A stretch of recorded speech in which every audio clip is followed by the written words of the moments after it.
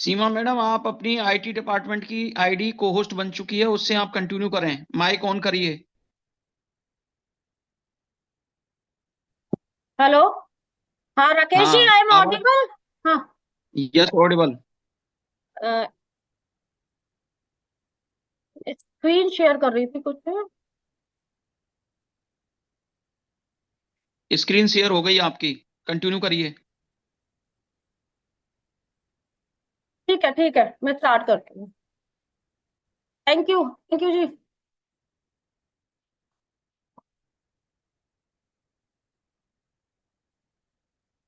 ठीक है, कंटिन्यू कर रही हूँ मैं एक बार अपनी स्क्रीन को।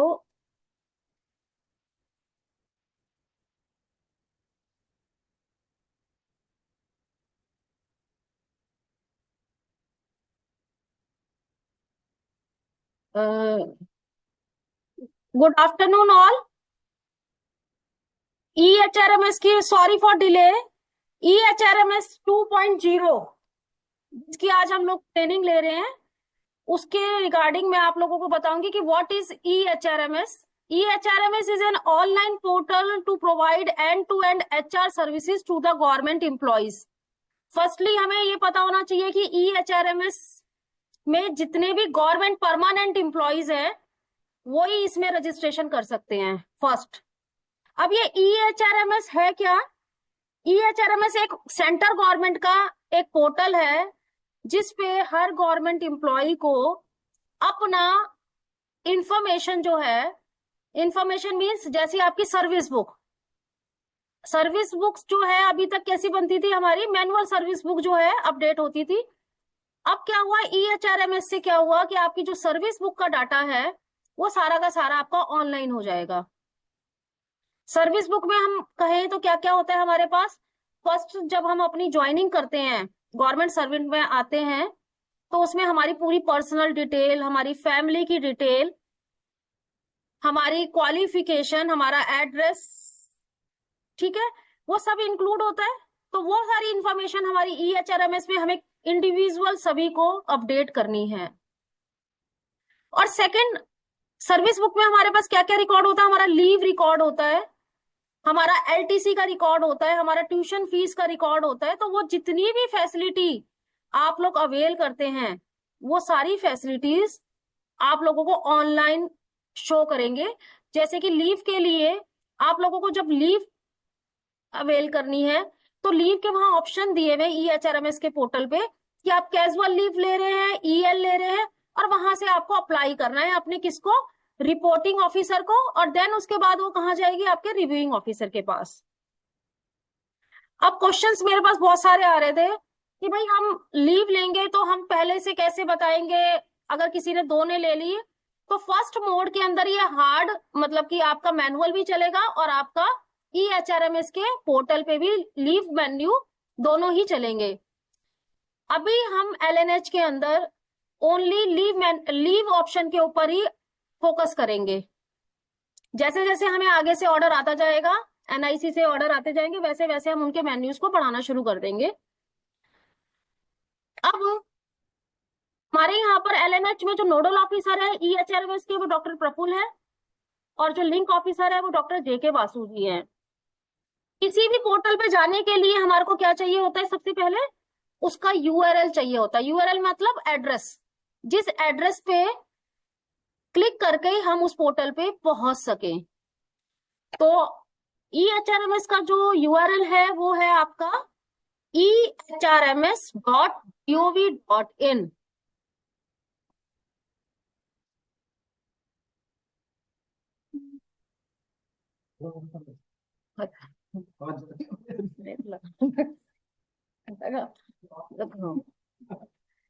तो इसको हम देखते हैं एक बार ईएचआरएमएस के पोर्टल पे।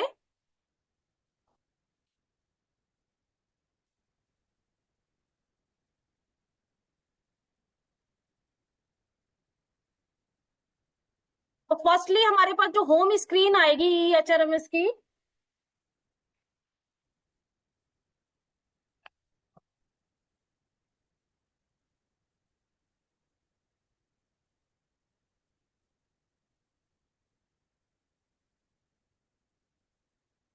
तो हमारे पास क्या होगी,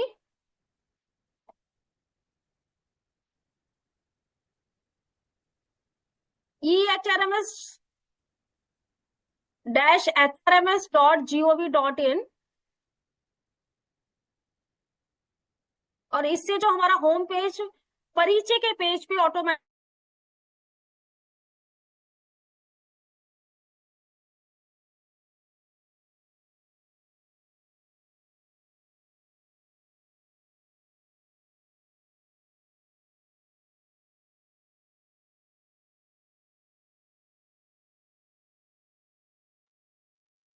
मैडम जी आपकी स्क्रीन ऑफ हो गई है, आप दोबारा से शेयर करिए। सीमा मैडम।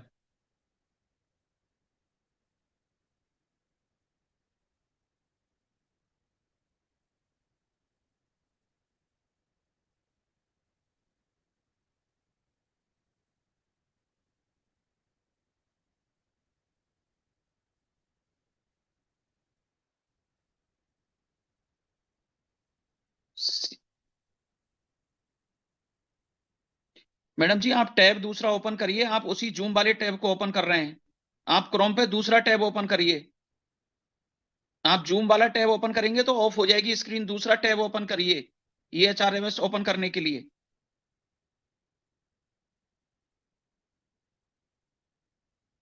गूगल क्रोम में एनोदर टैब ओपन करो, वहां पर इस लिंक को सबमिट करो।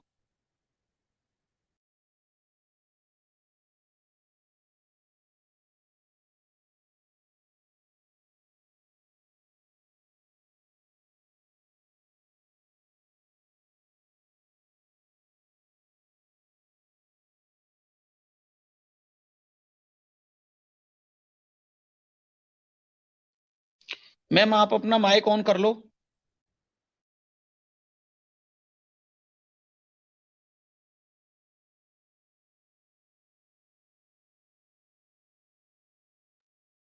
आपका माइक ऑफ है, कृपया करके माइक को ऑन करिए।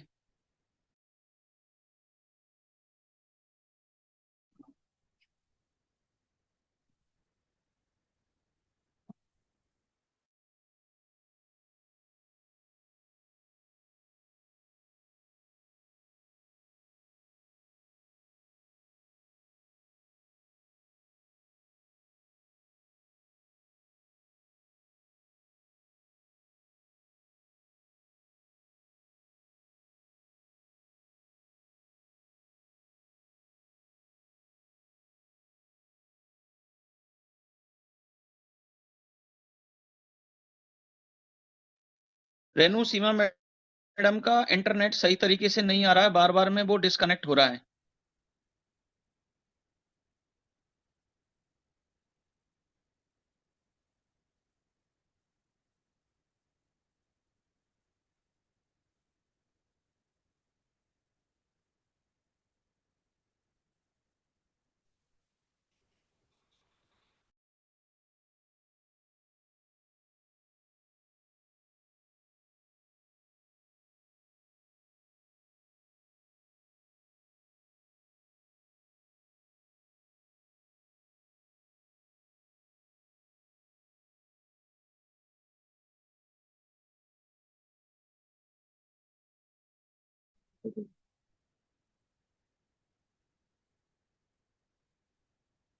अब ठीक है मैम, गो अहेड। हम्म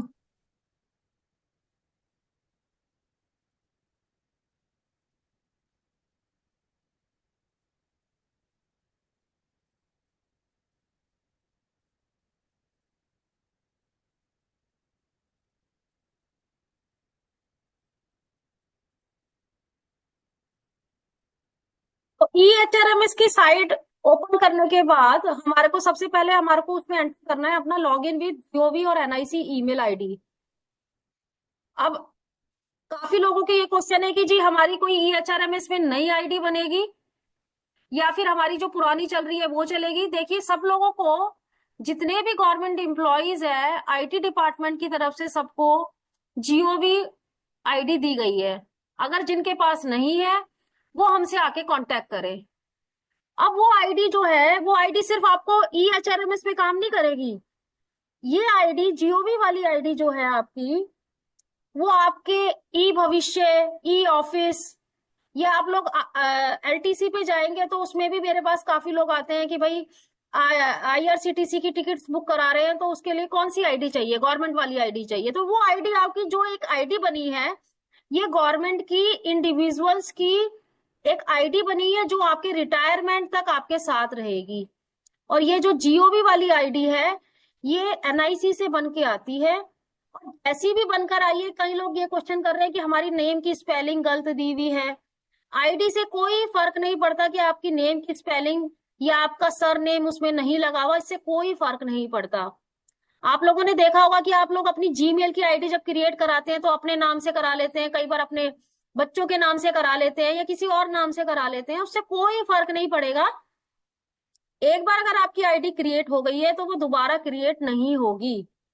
एक मोबाइल नंबर के साथ एक ही आईडी जनरेट होती है एनआईसी से, और वो हम लोग नहीं बनाते, वो एनआईसी से ही बन के आती है।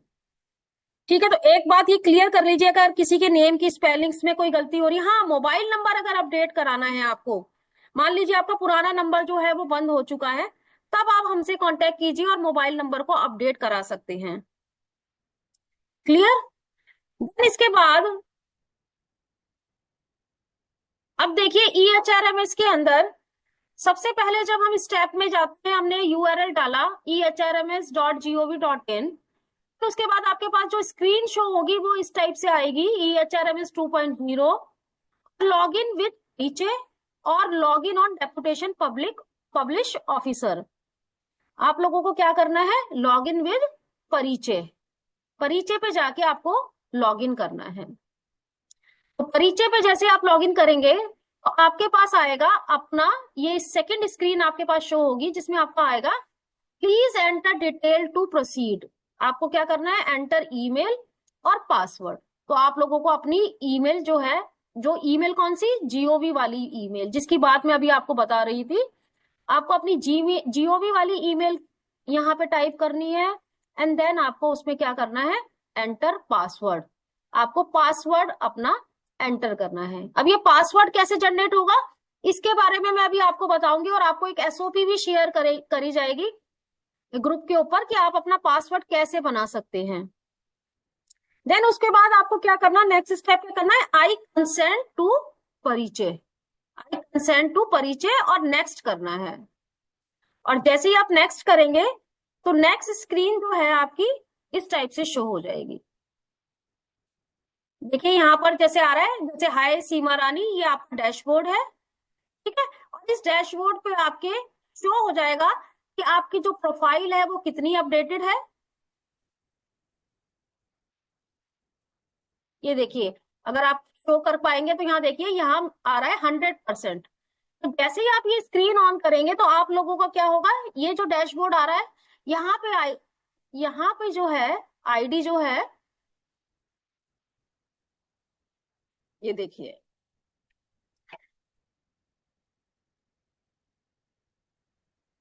यहाँ पर जो है प्रोफाइल अपडेट ऑलरेडी हुई भी है, तो इसलिए ये 100% शो कर रहा है।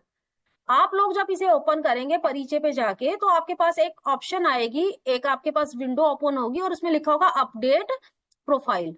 तो सबसे पहले आपको क्या करना है, अपना प्रोफाइल अपडेट करना है। और वो प्रोफाइल बहुत इजी है, आप लोगों को सबको पता है, जो आपने अपनी सर्विस बुक में एंट्री कर रखी है वही आपको यहाँ पे एंट्री करनी है। हार्डली 10 मिनट्स लगते हैं इस प्रोफाइल को अपडेट करने के लिए। प्रोफाइल अपडेट से पहले आप कोई भी ऑप्शन EHRMS की यूज नहीं कर सकते, चाहे वो लीव की ऑप्शन क्यों ना हो। सबसे पहले अपडेट प्रोफाइल फर्स्ट। अब प्रोफाइल के अंदर आपकी कौन कौन सी ऑप्शंस होती है, एक होती है प्रोफाइल डिटेल्स।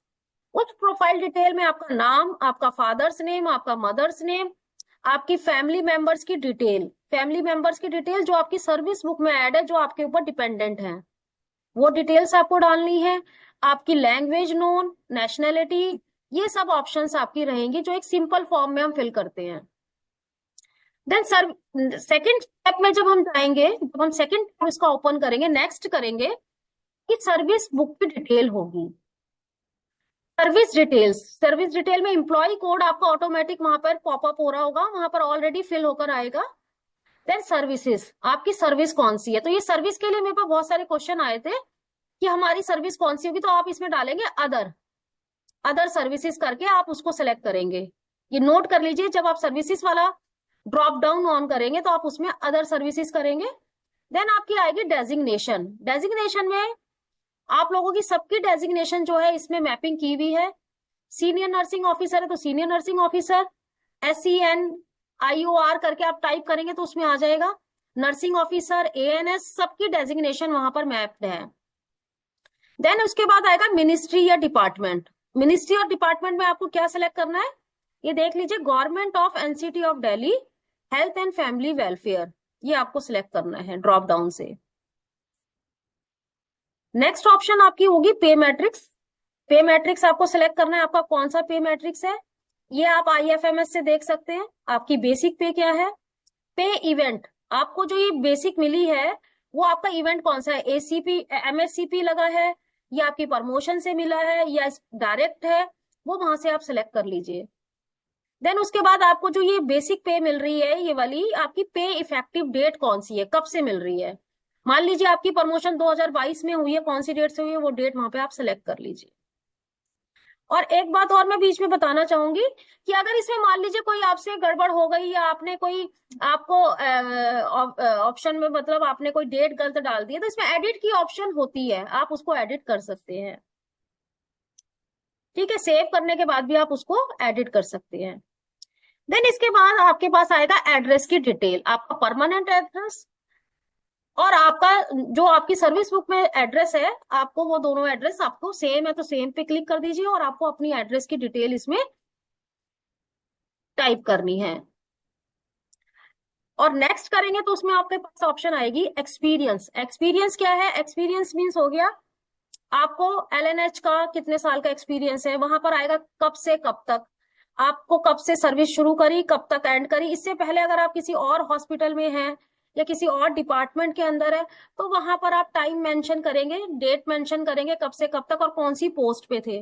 मान लीजिए नर्सिंग ऑफिसर है, नर्सिंग ऑफिसर आप 2010 से थे, 2020 में आप सीनियर नर्सिंग ऑफिसर हो गए, तो आप 2010 से लेके 20 तक तो नर्सिंग ऑफिसर दिखाएंगे, फिर ऐड कर लेंगे एक्सपीरियंस में सीनियर नर्सिंग ऑफिसर का।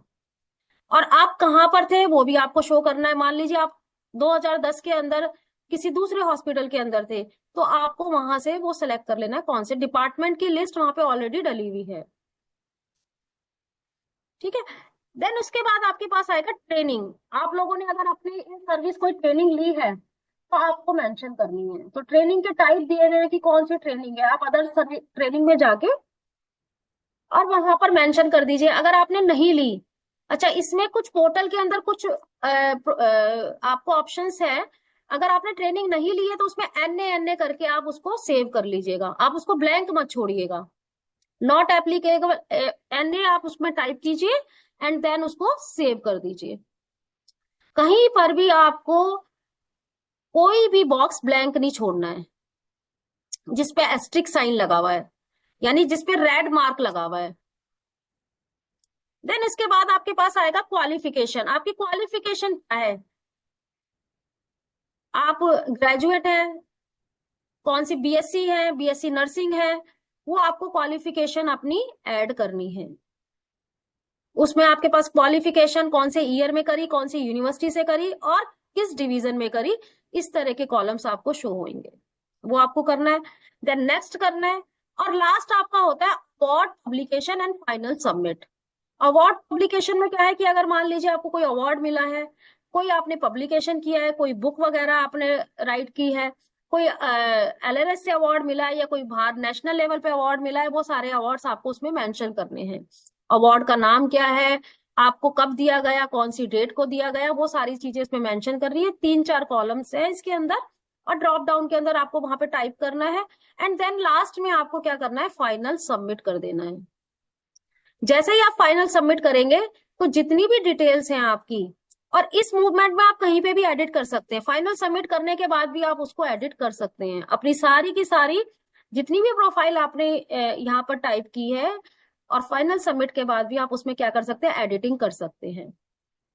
ठीक है, देन कब तक कर सकते हैं, जैसे ही आप फाइनल सबमिट करेंगे तो नोडल ऑफिसर के पास वो अप्रूवल के लिए जाएगी, यानी आपकी सर्विस बुक जो भी कंसर्न सर्विस बुक आपकी जिसके पास भी होती है, जिस ब्रांच में होती है, वहां पर आपकी सर्विस बुक के से उसको मैच किया जाएगा कि आपने जो डिटेल डाली है वो ठीक डाली है या नहीं, कोई गड़बड़ तो नहीं कर दी है।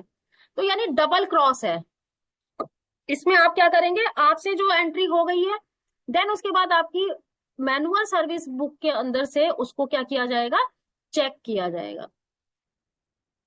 और फाइनल सबमिट होने के बाद आपको जो वो है 100% आपकी प्रोफाइल अपडेटेड दिखाई शो होगी। डैशबोर्ड पे जो आपको अभी दिखा रहे थे हम, उसमें आपको 100% शो होगी। तो ये EHRMS में आपको करना है, सबसे पहले आपको यही काम करना है जिसमें आपको अपनी प्रोफाइल को अपडेट करना है। ठीक है, अभी मैं इसको अगर यहाँ से ऑन होता है तो मैं आपको दिखाती हूँ। देखिए यहाँ EHRMS 2.0 जो हमने अभी एसओपी पढ़ी है, अभी आपने सीखी है, उसको लाइव में वो कैसे दिखेगी, अगर यहाँ ऑन होता है तो मैं आपको शो करती हूँ। आपको सबसे पहले मैंने बताया था EHRMS 2.0 में जाना है, देन उसके बाद आपको कहाँ जाना है, परिचय पे जाना है, लॉगिन करना है अपना।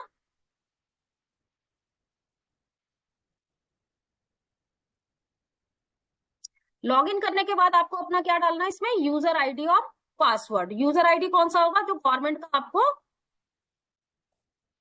NIC से मिला है, IT डिपार्टमेंट ने आप लोगों को दिया है। यहाँ मैंने पासवर्ड टाइप किया, देन उसके बाद मैंने बताया था कि यहाँ पर आई कंसेंट टू परिचय, इस पे आपको क्लिक करना है और नेक्स्ट करना है।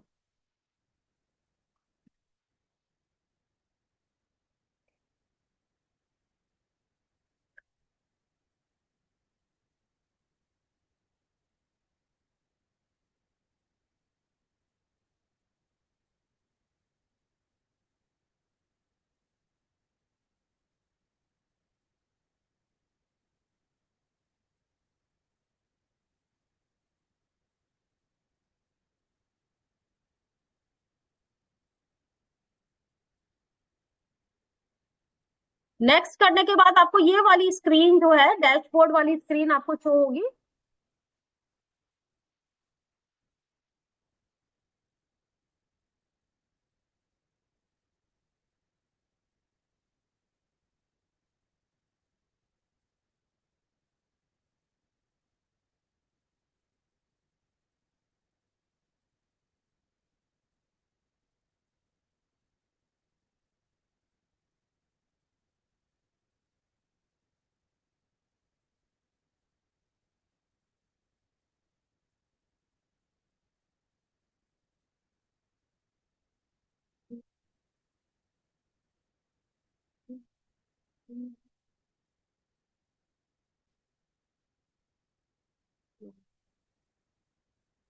इसमें थोड़ा सा टाइम लग रहा है ये स्क्रीन शो होने में, मतलब EHRMS के डैशबोर्ड पे जाने के लिए।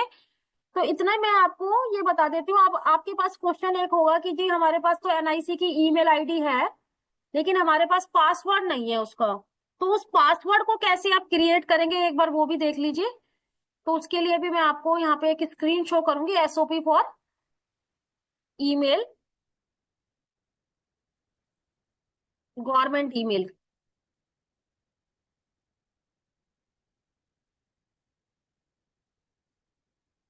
ये देखिए, SOP for government email account.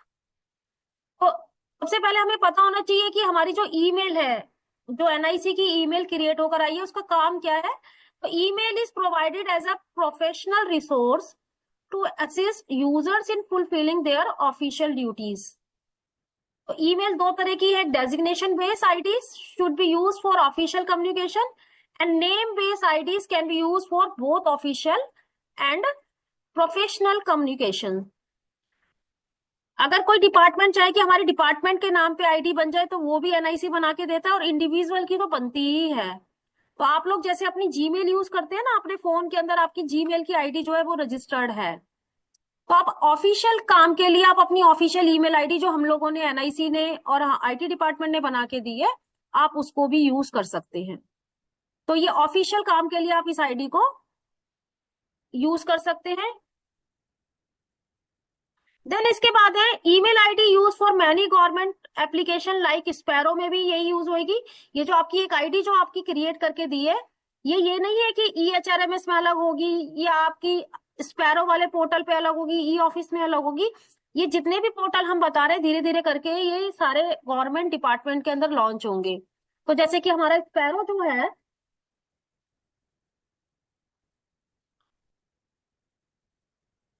जैसे हमारा स्पैरो अभी चल रहा है, दास कैडर की जितनी भी अपार है उनकी ACR जो है वो स्पैरो पे चल रही है। तो उसमें लॉग इन करने के लिए आपको गवर्नमेंट ईमेल आईडी का ही यूज करना है। EHRMS का मैंने आपको बताया, इसमें लॉग इन करने के लिए आपको गवर्नमेंट ईमेल ही चाहिए। ई भविष्य जब रिटायरमेंट होती है तो ई भविष्य के पोर्टल पे रिटायरमेंट के जितने भी पेपर्स होते हैं वो आपके ई भविष्य पोर्टल पे रजिस्टर्ड होते हैं, तो उसमें भी आपकी गवर्नमेंट ईमेल आईडी चाहिए। या आपको LTC लेनी है, LTC के लिए IRCTC से बुक करानी है, तो उसमें भी आपको जो है क्या करना है, यही पोर्टल यूज करना है, मतलब यही आईडी आपको यूज करनी है।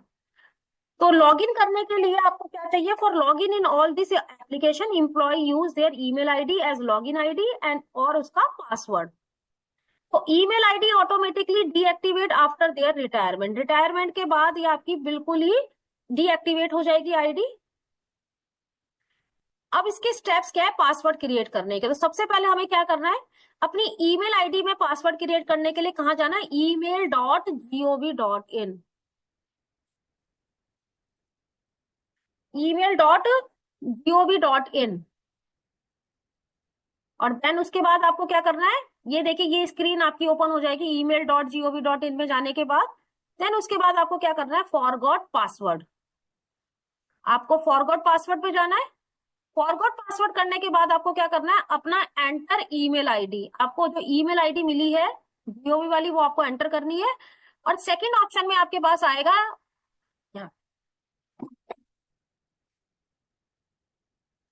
Last 4 digit of registered mobile number, आपका जो मोबाइल नंबर है जो रजिस्टर किया हुआ इस ईमेल के साथ, उसके लास्ट के 4 डिजिट आपको वहां पर टाइप करने हैं। और एक कैप्चा होगा वो आपको टाइप करना है और उसके बाद आपको सबमिट बटन पे प्रेस करना है। और जैसे ही आप सबमिट करोगे तो OTP आपके रजिस्टर्ड मोबाइल नंबर पे एक OTP आएगा, उस OTP को आपको टाइप करना है और उसके बाद आपको अपना एक नया ईमेल आईडी, अपना पासवर्ड जो है क्रिएट कर लेना है। ठीक है। अब पासवर्ड क्रिएट करने के लिए ये ऑप्शन होती है कि एक लेटर कैपिटल होना चाहिए, स्पेशल कैरेक्टर होना चाहिए, वहां पर पॉलिसी बनाई हुई कि आपको पासवर्ड कैसा रखना है। तो आप एक सिंपल सा पासवर्ड अपना रख लीजिए।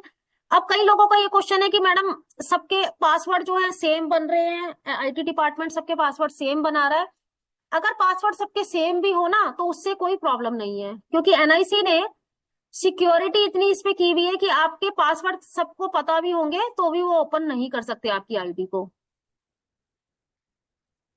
वो क्यों नहीं ओपन कर सकते, क्योंकि इसके लिए जब हम इस ईमेल आईडी को यूज करेंगे, यानी इस ईमेल आईडी को अगर आपको ओपन करके देखना है तो उसके लिए आपके मोबाइल के ऊपर एक कवच ऐप भी होनी चाहिए। जब तक आप उसको एक्सेप्ट नहीं करेंगे तब तक आपकी ईमेल कोई भी ओपन नहीं कर सकता।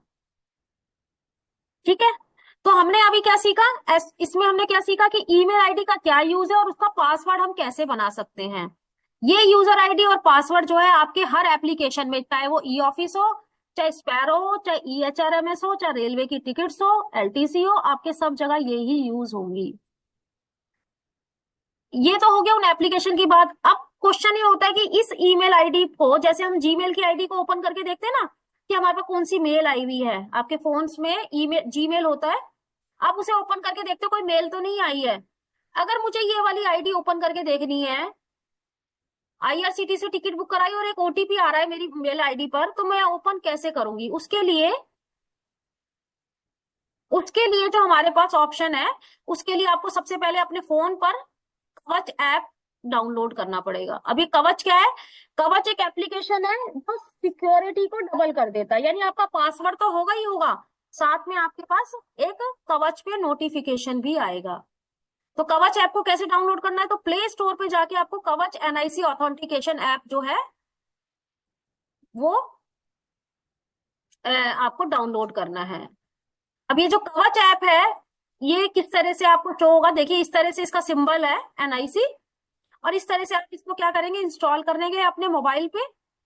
और मोबाइल पे करने के बाद उसके बाद वो आएगा after installation, enter user ID and password. User ID वही आपकी जो ईमेल आईडी है, और आपको अपना पासवर्ड जो आपने फॉरगॉट पासवर्ड करके पासवर्ड क्रिएट किया है वो आपको इस पे टाइप करना है। देन आफ्टर डेट आपको क्या करना है, कवच है सक्सेसफुली इंस्टॉल इन मोबाइल, और आपके फोन पर, आपके मोबाइल पर कवच ऐप जो है इंस्टॉल हो जाएगा।